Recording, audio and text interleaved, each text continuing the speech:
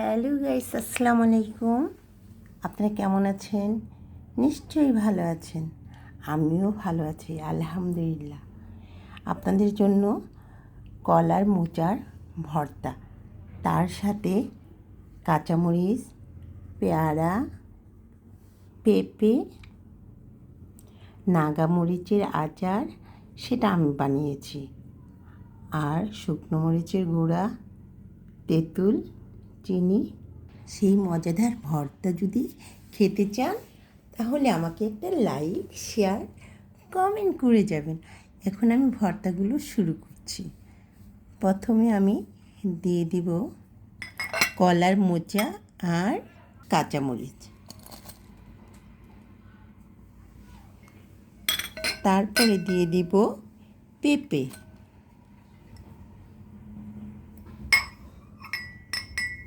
এবার দিয়ে দিব পেয়ারা, এখন দিয়ে দিব নাগামরিচ এর আচার,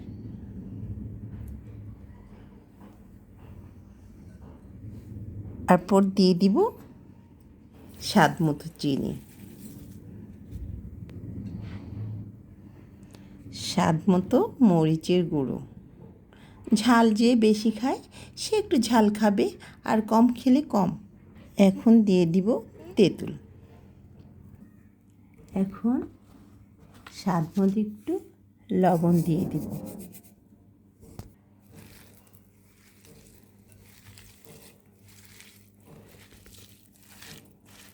ভর্তাটা বানানো হলে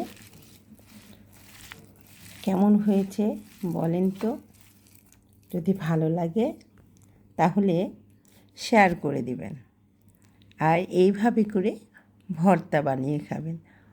গরমে অনেক মজা লাগবে।